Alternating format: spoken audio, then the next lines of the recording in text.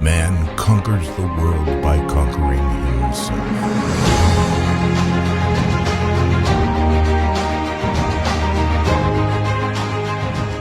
Use the image of female perfection to motivate themselves. And that's exactly right. That's precisely what they do. You see that in the Tom Sawyer story. So Tom Sawyer is about 12 years old, and he's still hanging around with his friends like Huck Finn. And this girl moves across the street, Becky, and she comes out, and he's struck by her for the first time in his life. Something's changed.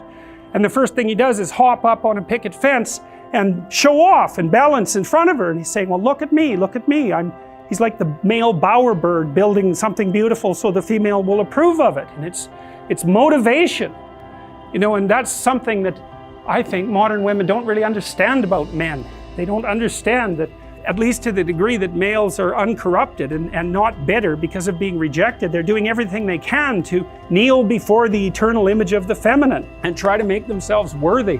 I don't understand the situation with women as well as I understand the situation with men, obviously, being a man. I don't know if women have any idea how paralyzing they are to, especially young men. A very large number of my clinical clients, but also young men I've talked to in general, are absolutely terrified of women because they're terrified of being rejected. And the terror exists in precise proportion to the attraction to the woman. Men make such fools of themselves in front of women that they're attracted to. It's because, first of all, they don't see the woman that they're attracted to. Because what the hell do they know about her? They don't see her as an individual. They see her as the manifestation of a judgmental ideal. And then it's only in establishing the relationship with the actual woman that they can start differentiating between the judgmental ideal and the actual individual woman.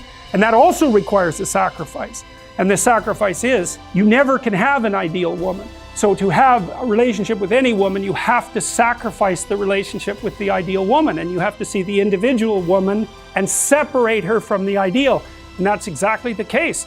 I had one of my clients who ran this men's group, which was quite interesting. One of the things they had the initiates do, which was very intelligent, was to go out and ask 50 women in one day for their phone numbers. Why? Politely, properly, you know. It was a game, but it wasn't a stupid game.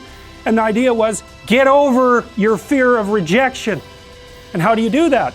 By encountering it continually and continually and continually, so that you're no longer paralyzed by this. The person that you can completely map and who only does positive things for you, it's like, A, you don't know that person. B, they're not communicating with you, nor you with them. Maybe they're just subordinating themselves to you or you to them. And you're not growing. You want someone who can.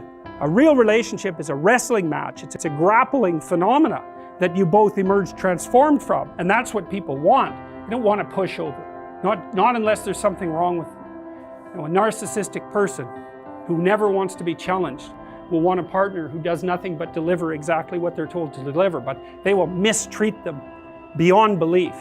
What does the optimal relationship look like in terms of positive and negative emotion? You might say, well, utopia.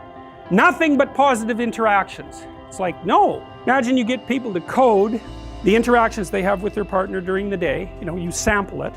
You say, was that interaction positive or negative? And then what you're trying to do is predict the longevity of the relationship. Okay, so here's the data.